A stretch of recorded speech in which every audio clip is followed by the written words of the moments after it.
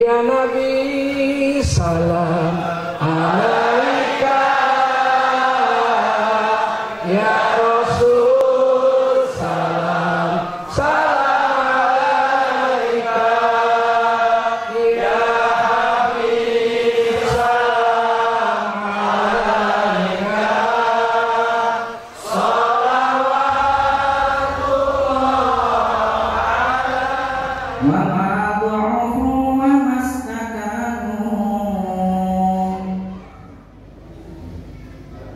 wallahu yuhibbus sabirin.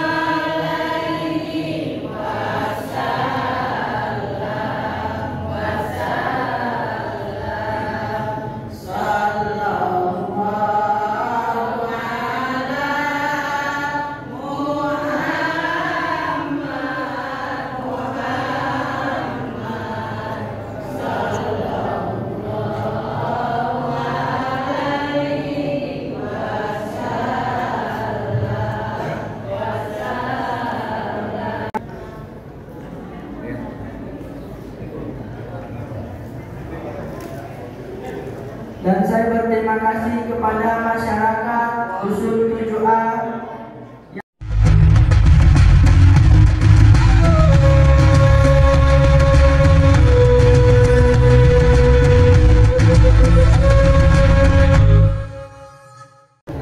Assalamualaikum warahmatullahi wabarakatuh. Waalaikumsalam warahmatullahi wabarakatuh. Alhamdulillahilladzi arsala rasulahu bil huda wa dinil haqq liyuzhirahu 'ala ad-dini kullihi walau karihal musyrikun.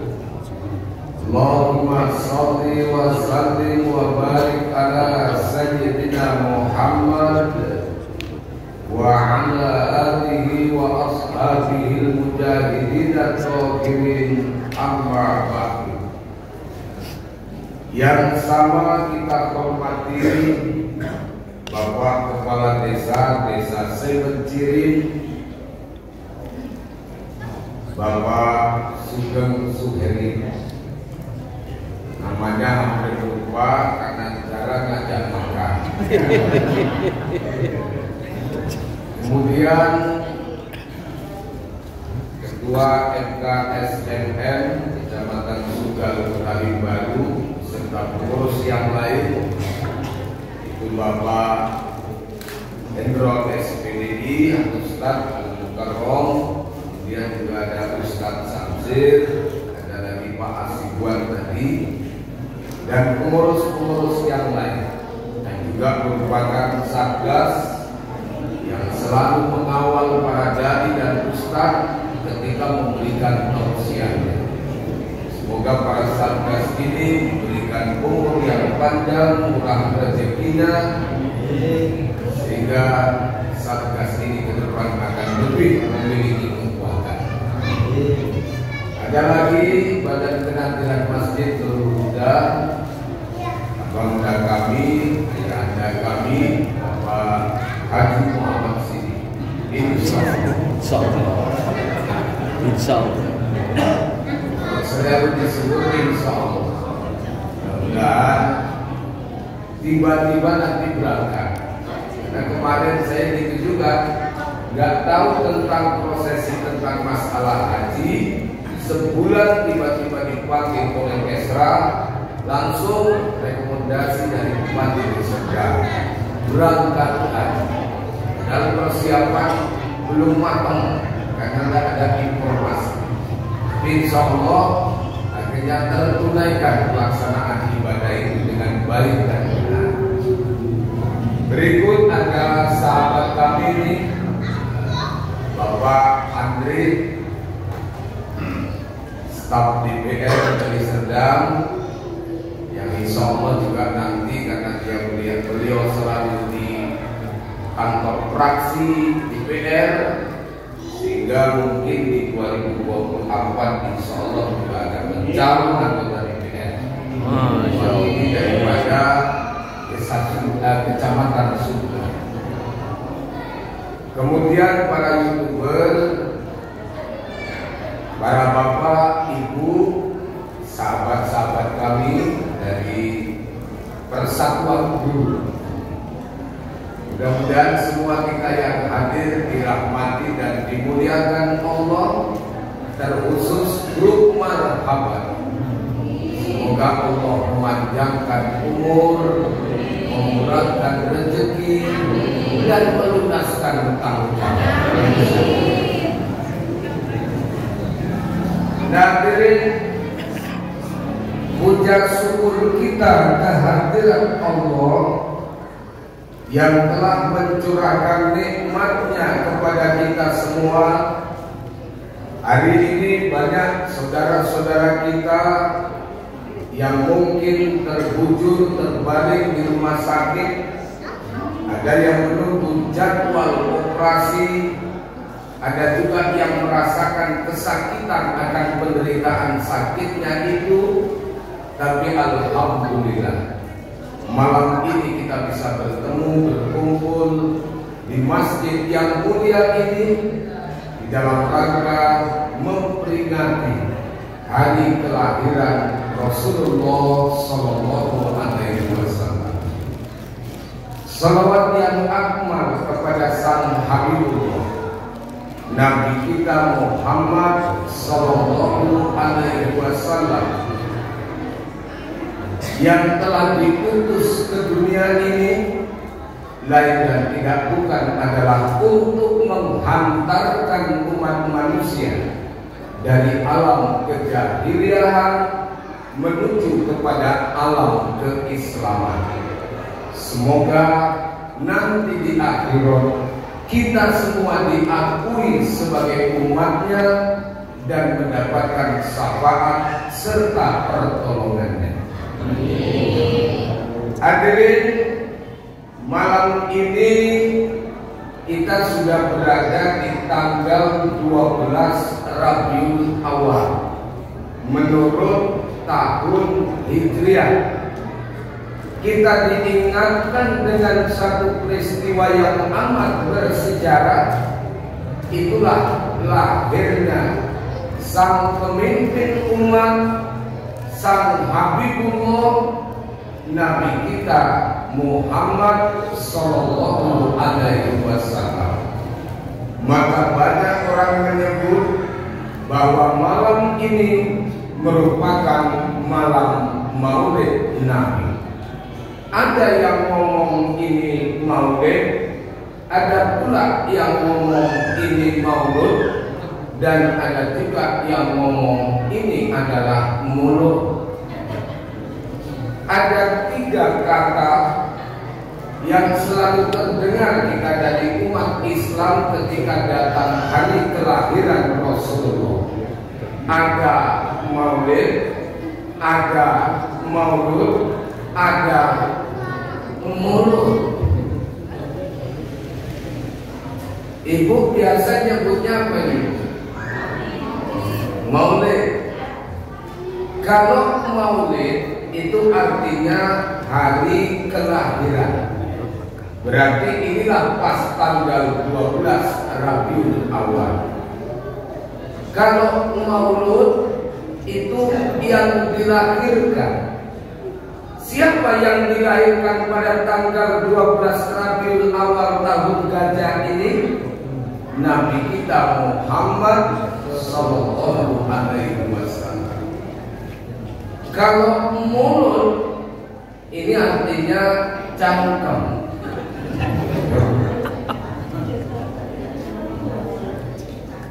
Kalimat muludan adalah kalimat tradisi yang sudah berbau keagamaan, sehingga banyak orang-orang di Jawa sana selalu menyelenggarakan kegiatan-kegiatan yang bersifat mulut dan ini dengan kehadiran hari lahirnya Sang Habibullah.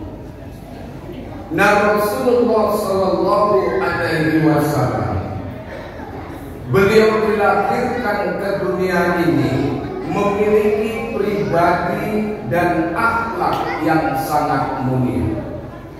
Maka pantas kalau Imam Al-Busairi di dalam kasidah burdahnya mengatakan, "Kal badri fi sarafin wa duhli fi himamin wal bahri fi karamin wa duhli fi himamin." Rasul itu tinggi martabatnya bagi rembulan, indah laksana cahaya terang benderang, dermawan bak samudra luas membentang, tabah dan ulet laksana masa. Maka pantas kalau Rasulullah ini karena memiliki pribadi yang sangat agung dan mulia, bukan hanya manusia saja yang memujinya, tapi Allah juga memuji akan akhlaknya Nabi kita Muhammad Sallallahu Alaihi Wasallam. Wa innaka la'ala khuluqin 'azim. Benar engkau ya Muhammad bahwa sesungguhnya Nabi Muhammad itu memiliki akhlak perilaku yang sangat agung dalam kehidupannya. Dalam sejarah digambarkan bagaimana akhlak Rasul itu. Satu ketika Rasul akan melaksanakan sholat ke masjid, tiba-tiba melewati yang namanya lorong. Ada di situ rumah yang bertingkat. Tiba-tiba dari atas tingkat itu ada orang yang meludahi Rasulullah. Terkenalah kepala Rasul, ditengok ludah. Lalu Rasul melihat siapa yang meludah di kepalanya itu. Rasul pun melihat ke atas dan Rasul pun tersenyum kepada orang yang meludahi tadi. Besok lewat lagi, masuk lagi, ditengok lagi, Rasul senyum nengok orang yang meludahi. Kalau kira-kira kita gimana itu? Ibu senyum gak kira-kira? Kalau senyum saya praktek. Besoknya Rasul lewat situ, kok nggak ada yang meludahi. Selesai sholat beliau bertanya kepada tetangga sebelahnya, rupanya yang tukang ludahi Rasul dalam keadaan sakit. Langsung Rasulullah itu berkata kepada istrinya Aisyah, "Ada makanan apa ya Aisyah di rumah?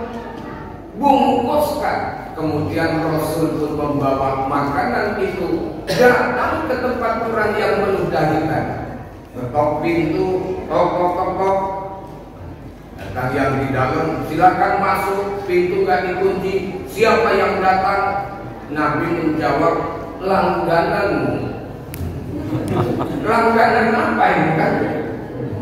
Begitu dibuka rupanya Nabi kita Muhammad Sallallahu Alaihi Wasallam. Akhirnya orang tadi, padahal bukan orang Islam itu, orang kafir yang melakukan perbuatan itu.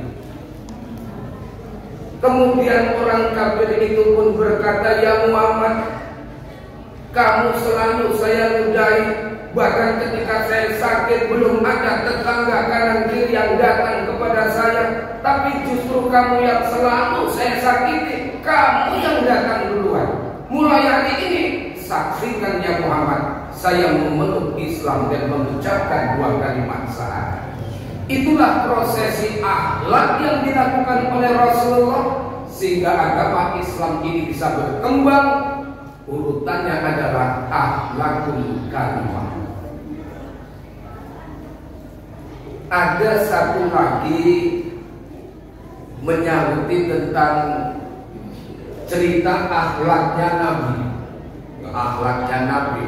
Walaupun pemimpin tapi akhlaknya luar biasa. Jadi semalam saya pun sempat ke Labuan Batu Utara. Ada sahabat saya Haji Hermin Saksitorus. Beliau ini bupati di Labuan Batu Utara. Istrinya kembali ke hadirat Allah. Kemarin saya ke sana. Rupanya waktu beliau jadi bupati itu saya sering tidur di rumah dinas beliau. Masyarakat selalu datang nih Pak Suli. Waalaikumsalam. Ada apa ini? Anak saya terkilir tadi ketabrak kereta. Tolong dibantu Pak Bupati. Nah, besok kosokkan. Nah ini untuk kosok. Datang lagi. Waalaikumsalam. Ngapain? Kami mau cerai di Pak Bupati. Mau cerai di Bupati. Bukan ngadep kepada kantor agama, bukan ke ketua, bukan ke kemenang, bukan ke pengadilan agama, ngadep bupati. Bahkan sampai nggak jadi cerai dibuat oleh bupati itu. Yang ironinya lagi ada yang datang, Waalaikumsalam, Pak Bupati, kenapa? Istri saya mau melahirkan. Langsung Pak Bupati ngomong, rekomendasi bawa ke rumah sakit. Katakan kalau saya yang merekomendasi supaya segera ditangani. Itulah memang jiwa pemimpin harus ditumbuhkan nilainya seperti ini. Mungkin kalau kita agak sulit ini Pak. Misalnya, Assalamualaikum, ada apa Pak? Ini istri saya mau melahirkan. Mungkin kita jawab, kau yang bikin aku melahirkan. Nah ini bentuk-bentuk sikap kepemimpinan juga yang dimiliki oleh Rasulullah Sallallahu Alaihi Wasallam. Yang beliau memiliki akhlak dan kepribadian yang sangat luar biasa. Oleh karenanya, di saat kondisi bangsa hari ini mengalami multidimensi krisis, terutama menyangkut tentang krisis akhlak, maka hari ini dengan nuansa Maulidnya baginda Rasul perlu kita untuk menekankan kembali apa yang diajarkan oleh Rasulullah dalam rangka untuk memperbaiki dekadensi moral yang terjadi pada hari ini.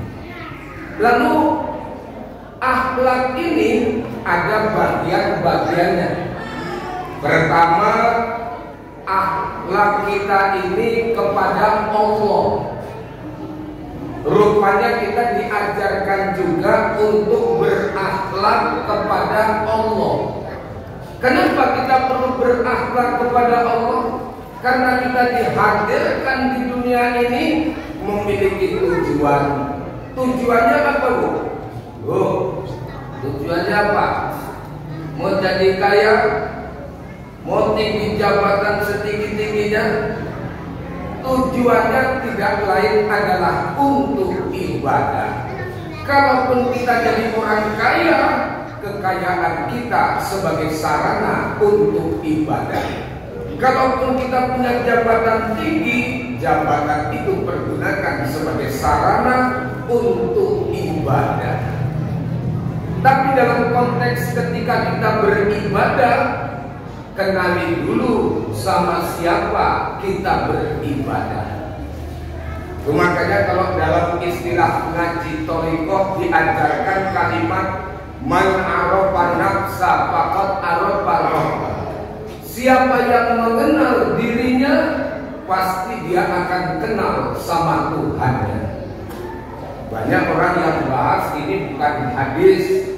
Memang berdasarkan ilmu hadis tak cukup syarat-syaratnya sebagai hadis.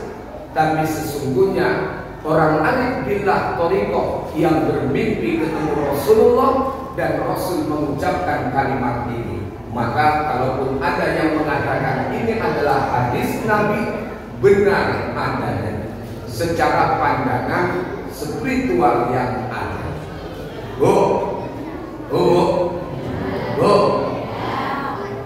Ibu sudah kenal Allah belum? Kalau sama Pak Kades sudah kenal belum? Sudah ya? Kalau sama Ustaz Samsil sudah kenal? Sama Ustaz Anu udah kenal. Nah sekarang sama Allah kita udah kenal atau belum? Maka sebelum kita mengenal Allah, kenali dulu diri. Bagaimana cara mengenal diri? Yang umum sajalah. Kita harus menanyakan akan keberadaan diri kita. Dari mana kita ini? Sedang di mana kita ini? Dan mau kemana sebenarnya kita ini? Inilah sebenarnya yang selalu dinyanyikan oleh grup Nasib. Judulnya adalah Sadari. Makanya saya pernah dibilang ibu-ibu kewiritan pengajian akbar, acara di kantor camat waktu itu. Ulang tahun pengajian, pakai keyboard. Habis ceramah saya disuruh nyanyi. Nyanyilah saya, judulnya ini Bu, Sadarilah. Sadarilah, wahai manusia, dari mana, dari mana, sedang di mana, belakang sibuk, ya nasib itu memang harus ada lala. Kalau tidak bukan nasib. Mau kemana? Itu gak tahu ini. Sedang di mana, mau kemana? Itulah diri kita. Dari mana kamu ini? An-Nahl 78. Wallahu akhrajakum min butuni ummahatikum la ta'lamuna syai'a wa ja'ala lakum as-sam'a wal absara wal afidah la'allakum tashkurun. Dan Allah telah keluarkan kamu dari perut ibumu, sungguh kamu tidak memiliki apa-apa. Apa yang kita bawa ketika kita lahir? Gak ada yang bawa apa-apa. Wa ja'ala lakum as-sam'a wal absara wal afidah. Kemudian Allah berikan kamu pendengaran, Allah berikan kamu penglihatan, Allah berikan kamu hati. Dengan 3 modal ini kamu bisa jadi orang. Kamu punya ini, punya itu. Untuk apa semuanya itu? La'allakum tashkurun, supaya kamu ini pandai bersyukur. Rupanya menurut ayat ini yang pertama dikasih Allah itu pendengaran. Pendengaran inilah yang pertama dikasih Allah, dan pendengaran inilah yang nanti terakhir dicabut oleh Allah. Makanya pantas Bu, karena pendengaran ini pertama kali dikasih Allah. Begitu kita lahir, apa yang diperdengarkan dalam telinga kita? Mengajarkan. Mas, saya selalu luruskan bahwa yang mengajarkan dalam kategori kalau bayi laki-laki kan sering diterangkan ini ada, kalau bayi perempuan komat. Bukan begitu cara prakteknya. Keterangan Tuan Guru kita Haji Okam Mas'ud ketika membahas kitab Fathul Majid, waktu itu beliau berkata bahwa azan dan qomat terletak kepada pelakunya, bukan pada jenis kelamin daripada anak itu. Artinya kalau nanti ibu melahirkan, lahirlah bayi laki-laki, bapaknya nggak ada di rumah, ustaz pun nggak ada di rumah, sementara anak ini harus diajarkan. Kalaupun ada ustaz, mungkin ustaznya pun nggak mau, biasanya suruh ngajarkan. Orang yang nggak ikut-ikutan suruh ngajarkan. Lalu kalau begitu, yang ada ketua perwiritan ibu-ibu, apa yang dia lakukan? Kalau bayi ini laki-laki kemudian dia mengajarkannya, mana ada perempuan yang ajar? Yang ada pada perempuan cuma iqomah. Maka walaupun bayinya laki-laki, komatkan. Paham Bu? Rupanya lahir anak perempuan, suaminya di situ. Berarti suamilah yang harus melakukan ini. Karena suaminya laki-laki. Laki-laki suaminya.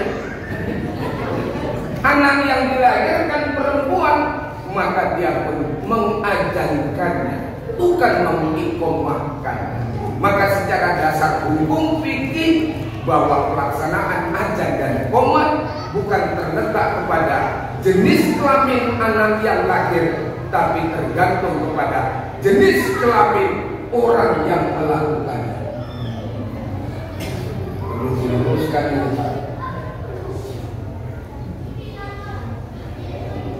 Maka diajarkan pertama, telinga sudah berfungsi.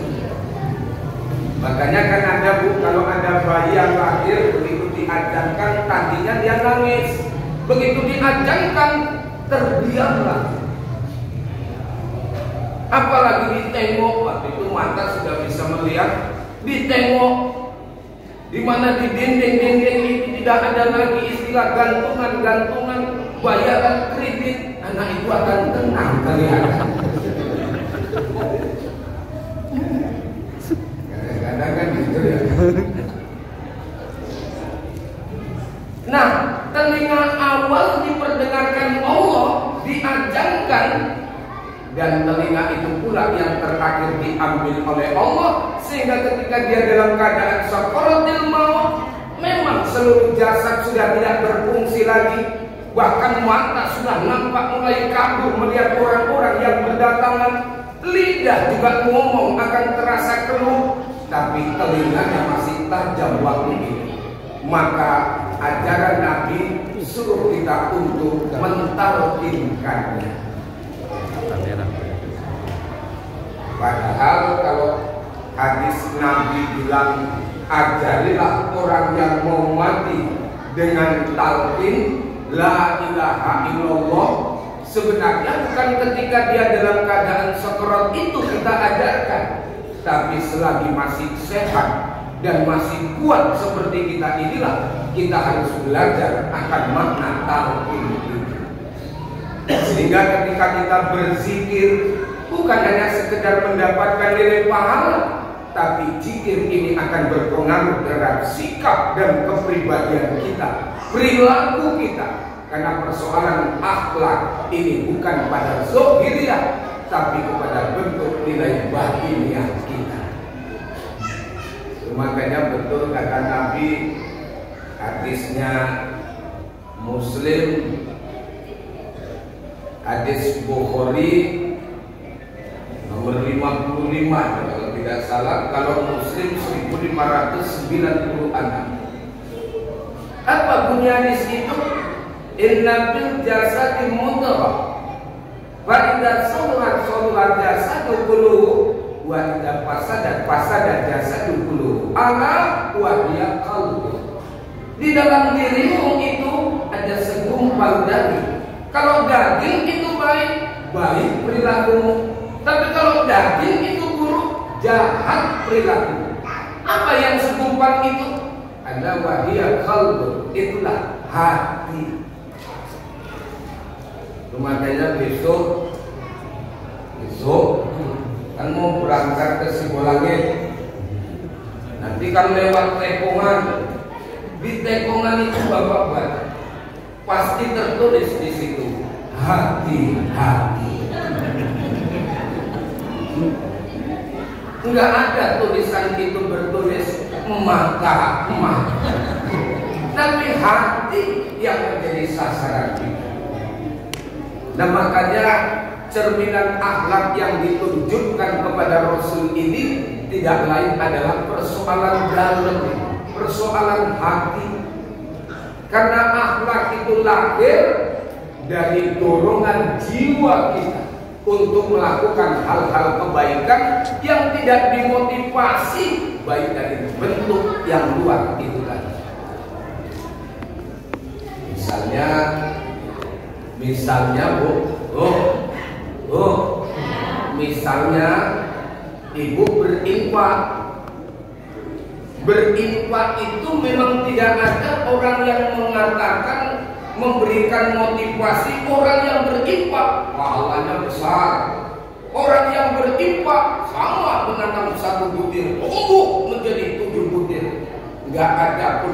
saat ngomong gitu ibu tetap berimpact. Itu namanya akhlak yang muncul dorongan dalam jiwa.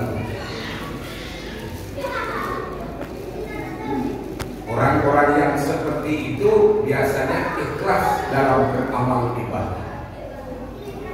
Jadi kalau begitu akhlak kepada Allah, kenali diri kita ini lemah, kita ini gak punya apa-apa. Kalaupun kita punya, sekali lagi ini bukan hak milik, ini cuma titipan. Titipan, titipan. Maka saya selalu ngomong, jadilah seperti tukang parkir. Tukang parkir mobilnya Al-Fatihah. Banyak mobil-mobil mewah, tapi tukang parkir itu tidak pernah sombong dengan mobil-mobil yang mewah itu. Bahkan sore nanti habis mobil itu, dia pun tidak pernah merasa sedih dengan habisnya mobil yang ada pada dirinya. Kenapa begitu, Bu? Kenapa begitu? Sebenarnya tukang parkir ini sudah mengamalkan ajaran tasawuf. Apa itu ajaran tasawuf?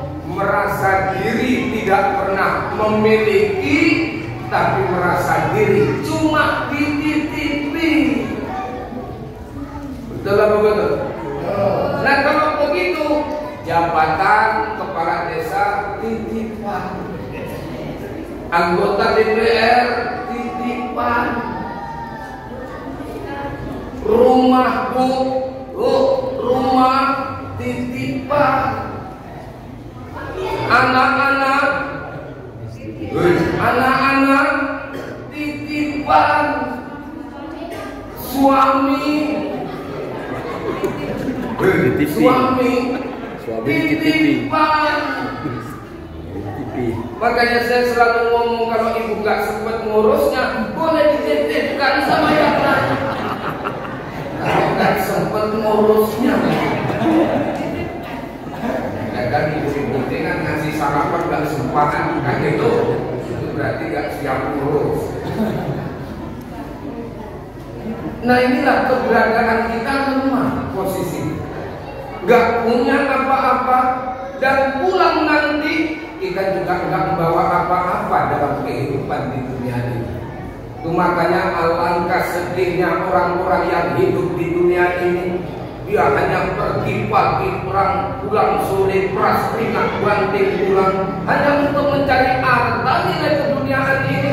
Begitu dia meninggal dunia, sedikit pun tidak ada yang dia bawa ada, kecuali harta yang ada itu dia manfaatkan dan dia berikan kepada orang-orang yang ada di sekeliling. Jadi rajin-rajin sedekah. Sedekah itu menolak 70 pintu bala dan 70 pintu musibah. Orang yang suka sedekah jauh dari bala dan jauh dari musibah.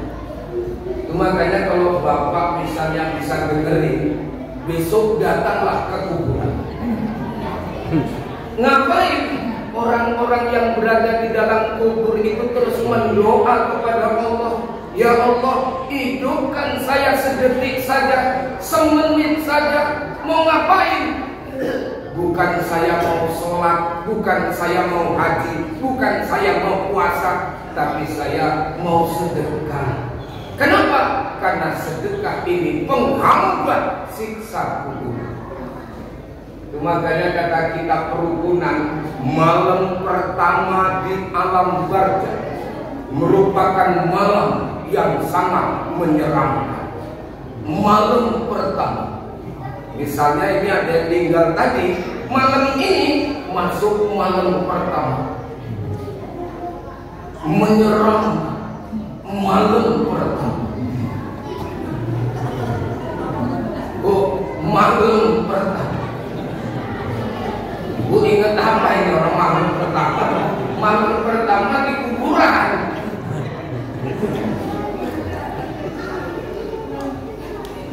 Tapi kalau yang masuk orang baik, apalagi kalau mau tidur selama ini dia mengamalkan membaca surat Al-Mulk, insya Allah dilindungi oleh barokah amal ayat tersebut.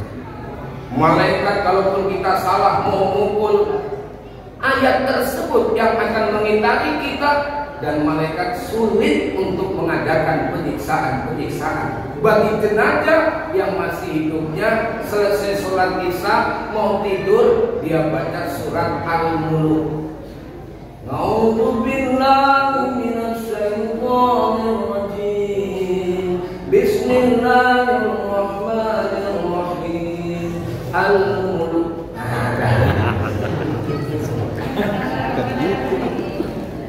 Karena bacanya dipotong, dikubur pun itu akan dipotong-potong oleh malaikat. Baca sampai habis Al-Mulk. Ayat tabaruk lagi biadihil mulk, itu yang dibaca. Amalkan ini. Mau tidur, lepas aja dulu. Satu lagi, amalkan begitu kita baca fil alamina innaka hamidum majid, di sujud terakhir duduk tasawuf akhir, jangan salah. Banyak orang yang fil alamina innaka hamidum majid, assalamualaikum warahmatullah. Kalau orang dulu kita ngaji dulu, masa saya masih kecil, guru kita ngajarkan lengkap, gak main potong-potong.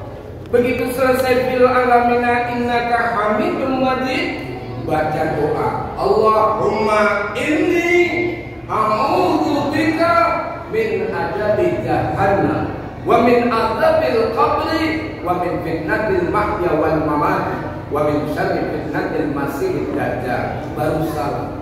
Doa apa ini? Doa supaya kita lepas ajal kubur. Apa itu? Apa? Allahumma inni a'udzu bika minal khubuthi. Inilah kalau ibu mau masuk wisi,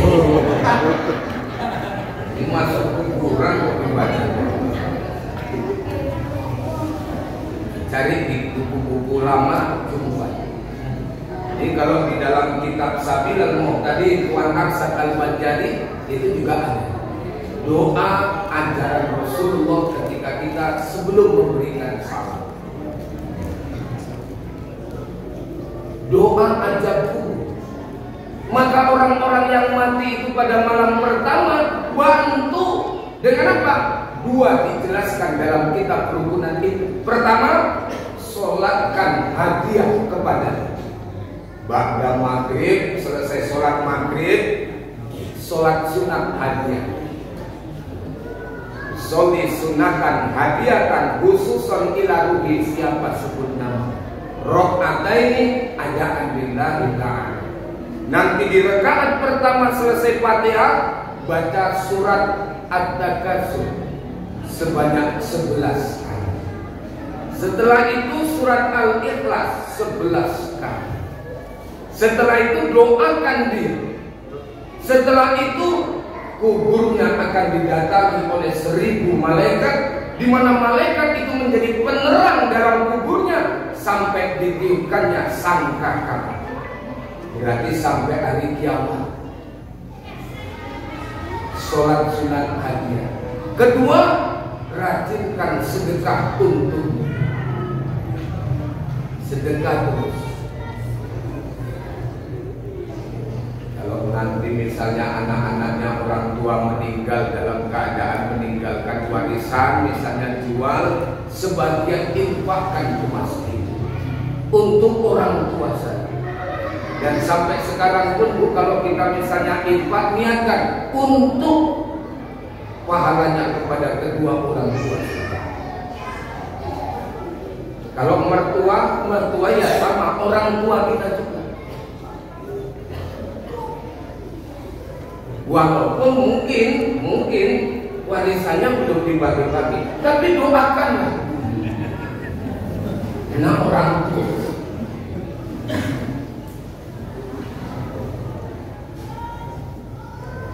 sedang di mana kita ini? Kita ini di alam syahadat, alam persaksian.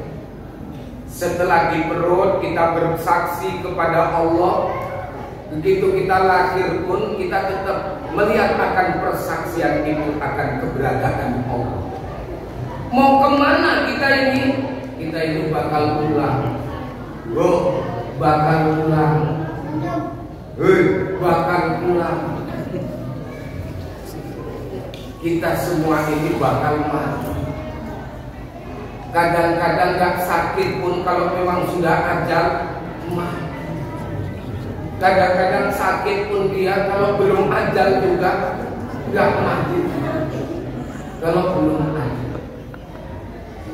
Dan setiap kita semua sudah ditentukan ini tentang umurnya, dan itu ada pada ketetapan Allah.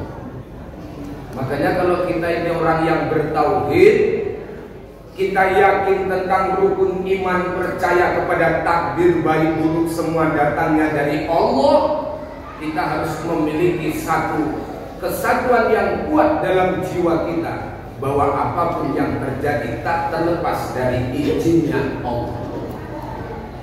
Kalau tidak, itu tadi semua mau cari kambing hitam, sementara kambing putih gak ada yang lain.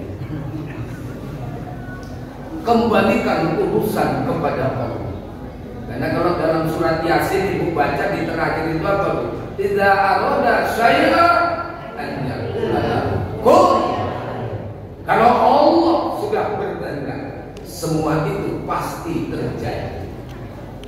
Makanya Pak Mu'tazilah mengatakan begini, kalau yang baik itu datangnya dari Allah, tapi kalau yang buruk itu datangnya dari diri manusia itu sendiri.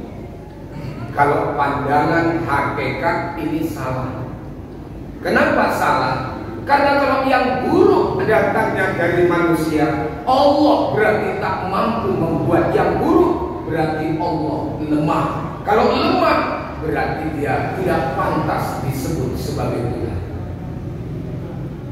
Makanya ngaji itu ada istilah syariat, ada istilah hakikat. Saya tanya gini, ibu kalau lapar terus makan apa? Makan nasi. Kemudian setelah makan nasi, apa yang terjadi? Kenyang. Saya tanya, siapa yang mengenyangkan perut ibu? Nasi.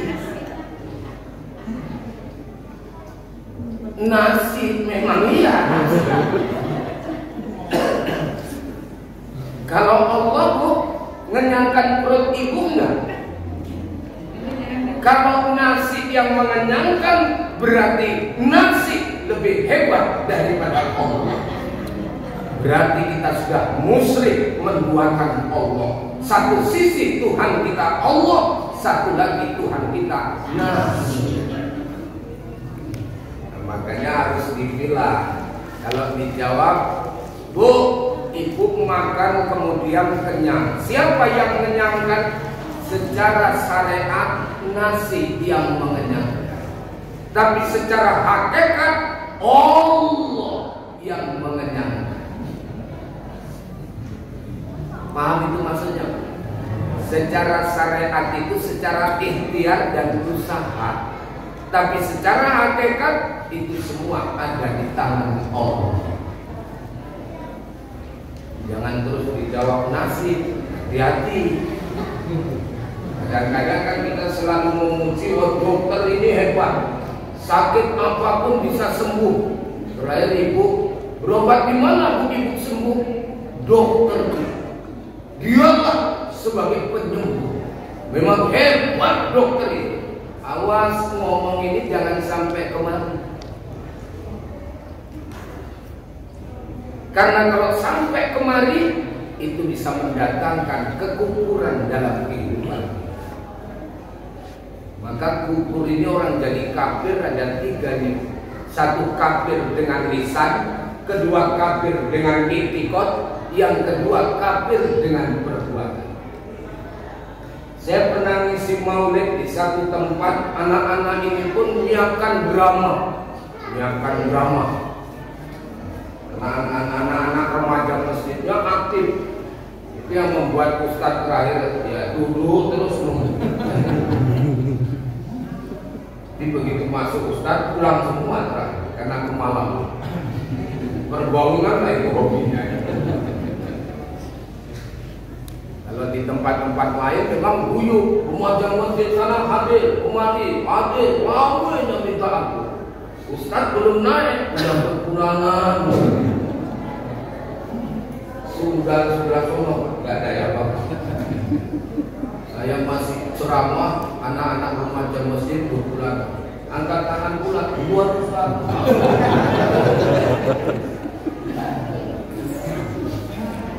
Saya sampaikan begini.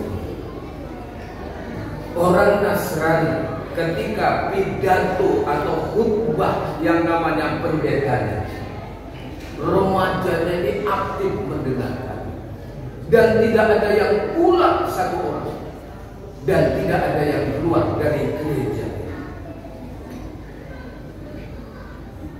Kita berpulangan, pokoknya sudah menjadi budaya. Kunjung mengunjungi itu tetap dilakukan, tapi karena takut kemalaman orang itu pulang. Jadi maulid dijadikan kambing hitam. Alasannya besok mau sekolah mau ujian, padahal dia pulang kemana? Nongkrong di pohon. Jam 1 baru pulang. Inilah kebiasaan kelompok milenial hari ini. Bu, bangun. Sudah kenal Allah, kenal diri. Kalau kita sudah mengenal diri, kita kenal Allah. Allah itu siapa? Tak boleh diduakan, dan Allah tidak boleh kita menyembah selain daripadanya. Itu saja kunci. Mengenal Allah. Kemudian ada akhlak yang harus kita lahirkan, akhlak kita terhadap sesama manusia. Saya selalu ngomong manusia ini kan makhluk yang bersosial. Dia nggak bisa hidup sendiri. John Politikon, makhluk sosial kata Aristoteles. Selalu berhubungan dengan orang lain. Kaya pun dia tetap sama orang lain.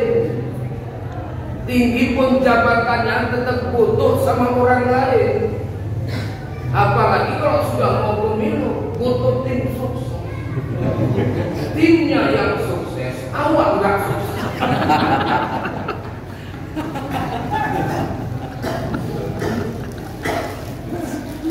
Tapi Bu, kondisi sosial ini menyangkut aspek negara.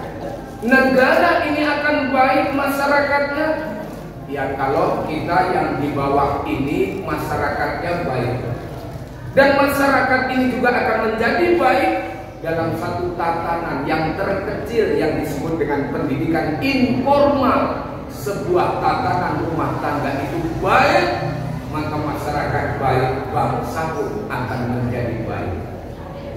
Maka ciptakan ini kalau bisa memang harus dipromosikan sama Pak Tua. Bagaimana menciptakan keluarga yang betul sakinah, mawaddah, warahmah.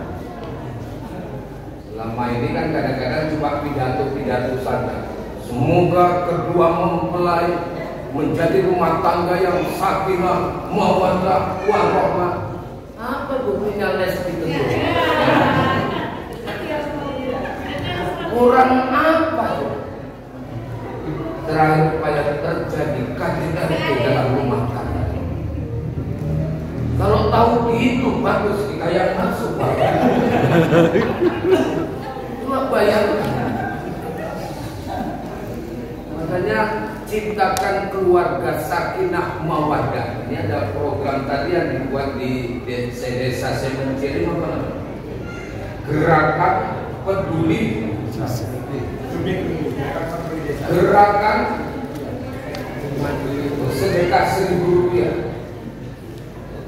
Saya sedang memprogram, ada satu desa yang minta kepada saya supaya bisa berbagi.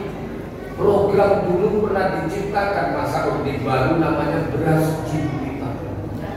Itu seandainya bisa kita lakukan.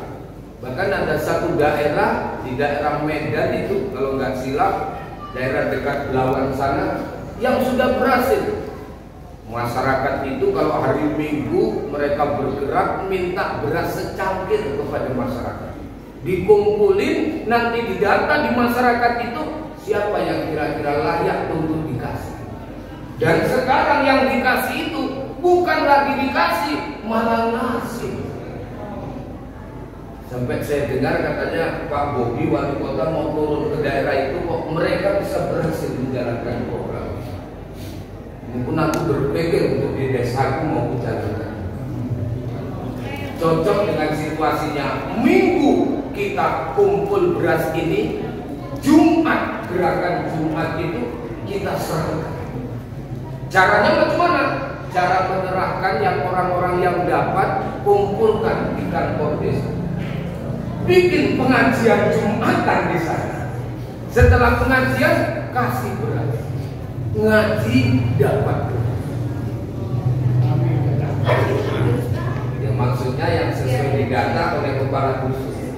Misalnya di dusun ini yang dapat jatah 10, dusun sana 10, dusun sana 10, 100 orang kan udah paten. Bikin gerakan ngaji, jangan lupa. Dan ini spiritual ini nggak bisa untuk kita tinggal. Bu, Sakinah ibu tahu. Dulu memang dia tinggal di Semencil. Sekarang udah pindah ketemu. Jadi tukang rujak udah.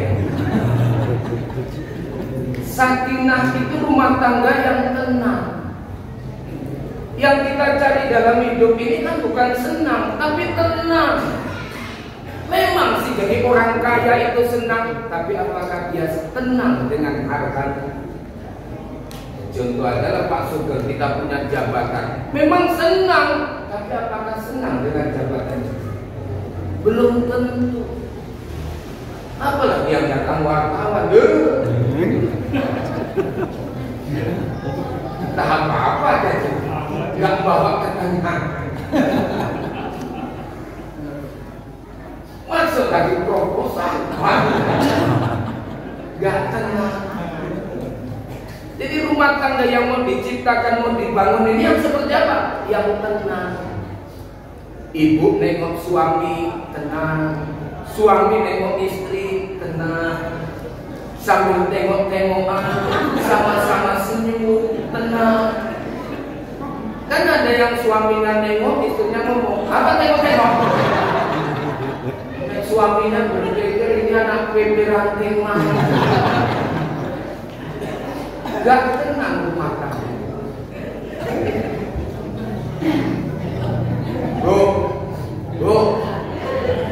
Padahal ibu peluang masuk surga itu besar. Syaratnya apa? Jadi istri yang saleh. Istri yang saleha yang macam mana? Apakah yang jilbabnya harus panjang sampai lantai? Apakah dia harus sholat duha tiap subuh, sebagda subuh? Apakah dia harus baca Quran terus menerus? Khairun nisa'i imra'atun in nazar 'alaiha salat. Istri yang saleh ketika ditengok suaminya menyenangkan hati suami. Suaminya nengok senang. Istrinya pun ngomong, "Bang, senang gak kau nengokan?" Dari depan Bang, Inka Kristi. Dari samping Bang, Lesti Kejora. Belakang Bang, Magelang. Tengok suami menyenangkan. Apalagi melayani suami. Maaf ini untuk yang dewasa. Melakukan hubungan suami istri Kemudian ibu gara-gara melakukan suami istri harus melakukan mandi wajib.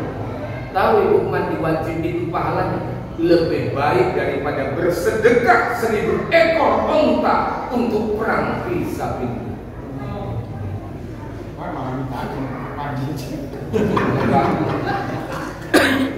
Jangan sering-sering masuk angin. Kalau itu bukan dapat onta, dapat angin. Seorang istri yang diajak melakukan hubungan menolak suaminya, maka dia akan dikutuk oleh malaikat sampai datangnya waktu pagi.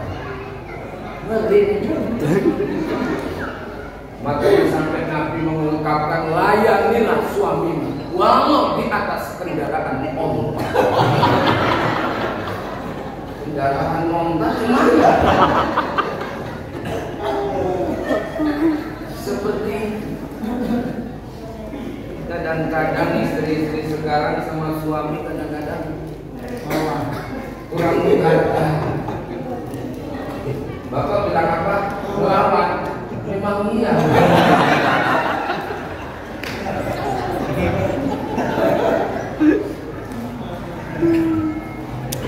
Jadi kepatuhan itu yang menyebabkan ibu masuk surga.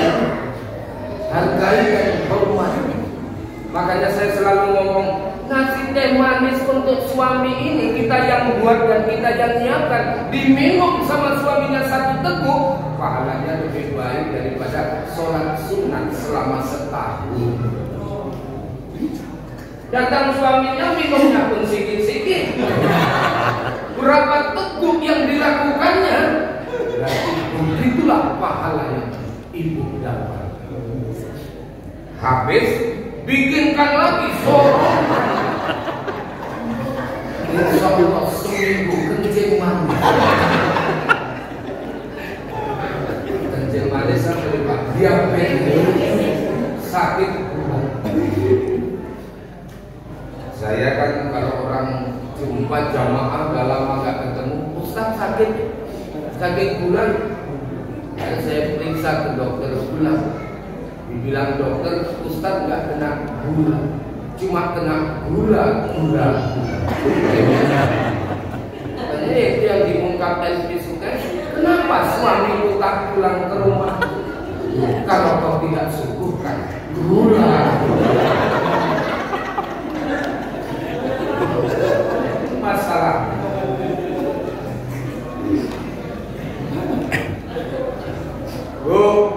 Hormati suami, hargai suami. Makanya saya sering bilang, ibu kalau selawatan pakai Sayyidina apa enggak? Kan ada yang baca selawat, Allahumma sholli ala Muhammad wa ala ali Muhammad. Ada yang Allahumma sholli ala Sayyidina Muhammad wa ala ali Sayyidina Muhammad. Siapa yang baca selawat pakai Sayyidina, kata Kiai Haji Sirajuddin Abbas, pengarang kitab Iktiqad Ahlus Sunnah wal Jamaah, dia dapat pahala 1 selawat Nabi, yang kedua karena pakai Sayyidina menghormati Nabi. Itulah pentingnya Nabi kita hormati, suami pun kita hormati. Ada apa bang? Menghormati kalimat bang, walaupun ujungnya bangka. Ada apa kang? Kalimat kang pun menghormati. Karena ada istri yang dipanggil suami nggak pernah manggil bang, kang, sayang, tapi manggilnya nama langsung. Ada nggak? Datang suaminya, dek, bikin teh manis kenapa? Langsung dijawab istrinya, sabar kenapa Min? Langsung nyebut, tidak ada bangga, tak menghargai, tak mengutuk. Ya jangan istri saja, suami pun gitu. Ini istri ini bengkok, perempuan yang diciptakan dari tulang sulbi sebelah kiri Nabi Adam bengkok, maka perempuan ini bengkok. Luruskan kebengkokan. Ngomong nggak betul, luruskan. Berbuat nggak betul, luruskan. Tapi dia ngomong saja Ustaz, awak diam dia ngomong terus, nggak apa-apa. Karena menurut psikologi, perkataan yang dikeluarkan seorang perempuan dalam satu hari itu 17.000 kata-kata yang harus dia keluarkan. Sementara laki-laki cuma 10.000. Maka bisa jadi begitu kita duduk di rumah, kita sudah habis kata-kata itu, istri masih banyak kata-kata. Biarkan dia ngomong apa, gak usah ditanggapi. Nanti kalau sudah habis, ngajak tidur. Dengarkan, harus tahu memang model wanita. Kalau wanita ini bahasa Indonesianya, kalau bahasa Jawanya itu kan wanita itu wanito. Harus siap kita tidak. Udah itu Pak, jangan lupa kalau pulang-pulang bepergian, berikan oleh-oleh yang menyenangkan. Dalam satu kitab dibicarakan seorang suami pulang bawa oleh-oleh menyenangkan hati istri, 60 tahun dosanya diampunkan oleh Allah. Musim durian, durian kesukaanku bang, mainkan, malu mahal. Habis 60 tahun. Besok belikan lagi, kesukaanku bang. Besok masuk rumah sakit. Samburan dosa bapak hapus, ibu masuk rumah sakit. Menenangkan. Udah itu bapak ibu di rumah tangga itu kan ibu dikasih amanah. Apa itu? Anak ini amanah. Kadang-kadang mamanya ada, bapaknya ada, maaf belum tentu ada anak. Betul atau betul? Kadang-kadang mamanya ada,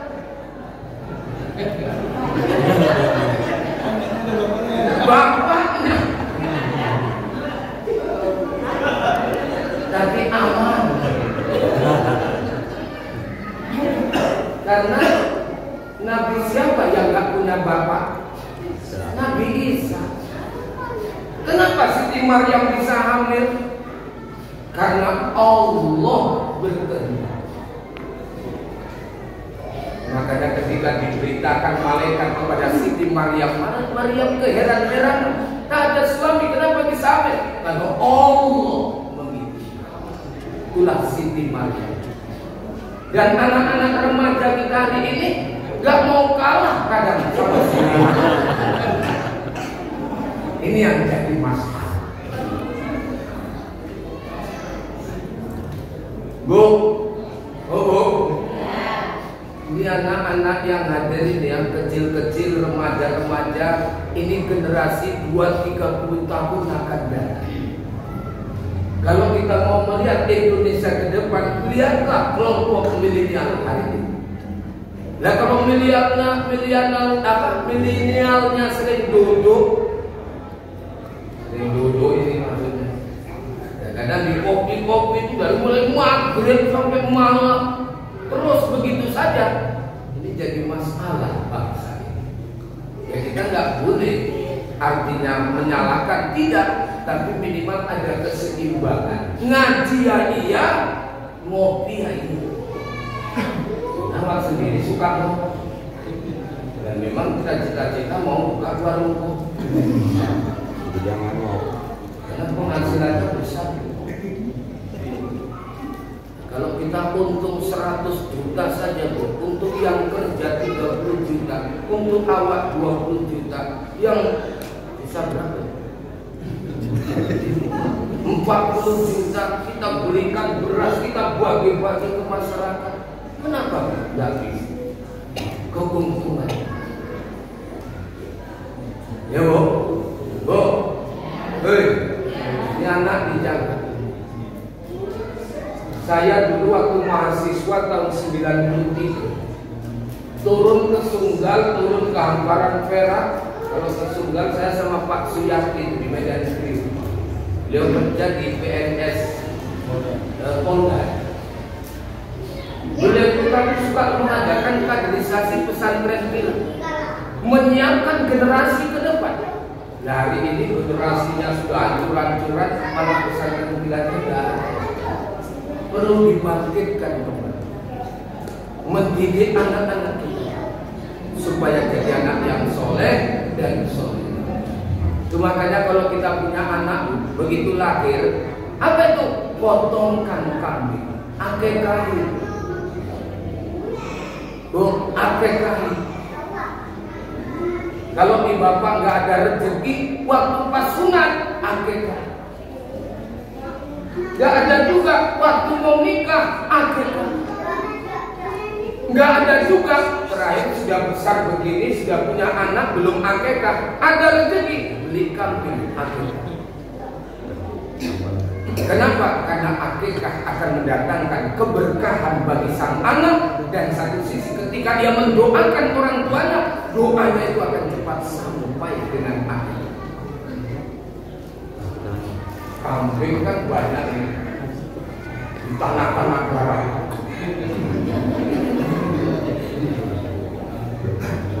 Maksudnya dibeli dan plat 08 mandeknya. Dan terakhir Bu, akhlak kita sama lingkungan. Tadi Pak Kades sudah ngomong soal kebersihan. Sebenarnya Islam ini agama yang bersih. Sampai perkara lingkungan mengungkapkan an-nadhafatu minal iman. Kebersihan itu bagian daripada iman. Ya, problem kita di Serdang kadang selalu banjir disebabkan karena sampah yang suka kita buang sembarangan. Makanya akhlak sama lingkungan ini jaga keseimbangan lingkungan. Flora faunanya dikondisikan. Jangankan sama manusia, sama binatang pun kita disuruh pakai akhlak. Misalnya kita mau buang air seni, kalau enggak ada misalnya pas di kamar mandi, apalagi di tengah hutan, cari yang tidak ada lubang, di situ kita buang air seni. Jangan pula di situ ada lubang semut, kita buang air seni di situ. Sementara mereka masih mengadakan sidang paripurna, membahas tentang banjir. Rupanya malah tewas mereka karena airnya panas. Mati itu semua. Zolim. Dan itu kalau memotong ayam pergunakan pisau yang tajam. Dengan pisau yang gak tajam kita potong, gak berakhlak. Kadang kan udah siap-siap ya. Kalau dulu hari raya potong ayam sendiri, siap-siap sudah memegang. Tiba-tiba sudah selesai dipotong, dilemparkan, menantap dinding. Jatuh tuh ayam, gak bergerak. Itu mati bukan karena dipotong, karena mati ketakutan. Hukumnya bangkit. Sama dengan kita beli ayam-ayam potong sekarang ini. Kan kita kadang bang potong, habis dipotong rak, taruh di tong, ditutup. Ya mati tuh. Mati karena tidak bisa bernapas karena dipotong. Jadi bangga. Harus ngerti hukum juga. Macam kita ini beli mie Aceh atau mie balap, kan pakai telur. Kadang-kadang telur ini diambil dari tempat telurnya itu, nggak ada dicuci-cuci, masukkan terus ke wajan. Najis itu. Akhirnya mie balap najis. Itu yang kita makan. Pantas anakku nggak naik kelas. Makan mie najis. Makanya nanti ibu kalau mau beli mie balap, bilang sama yang tukang mie balap, bang, telurnya cuci apa? Ini demi hukum. Terakhir dia kok nggak keluar, nggak nggak siap-siap bang, katanya suruh nyicip. Makanya jauh kamar mandinya bawa telurnya ke sana. Ini delik hukum harus tahu.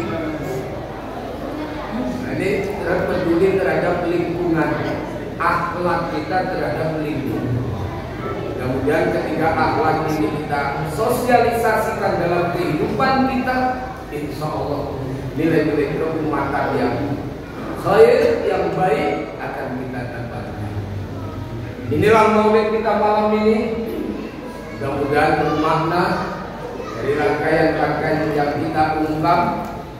Alhamdulillah dalam suasana hujan, kami Bapak Ibu bisa berhadir di tempat ini. Semoga hadirnya ibu yang dijanjikan oleh Rasulullah, man salaka thariqan yaltamisu fihi ilman sahalallahu lahu thariqan ilal jannah.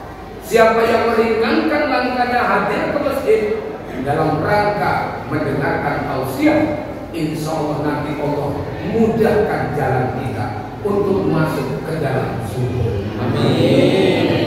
Terima kasih atas segala perhatian. Mohon maaf segala kekurangan. Billahi hidayah wa taufik.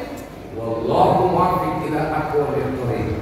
Assalamualaikum warahmatullahi wabarakatuh.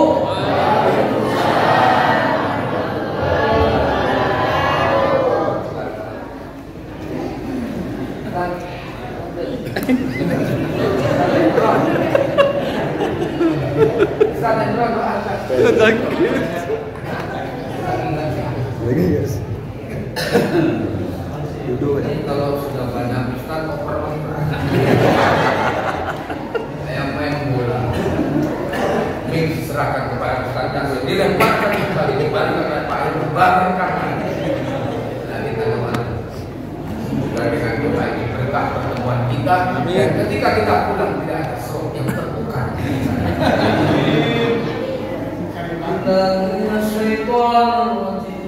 Bismillahirrahmanirrahim.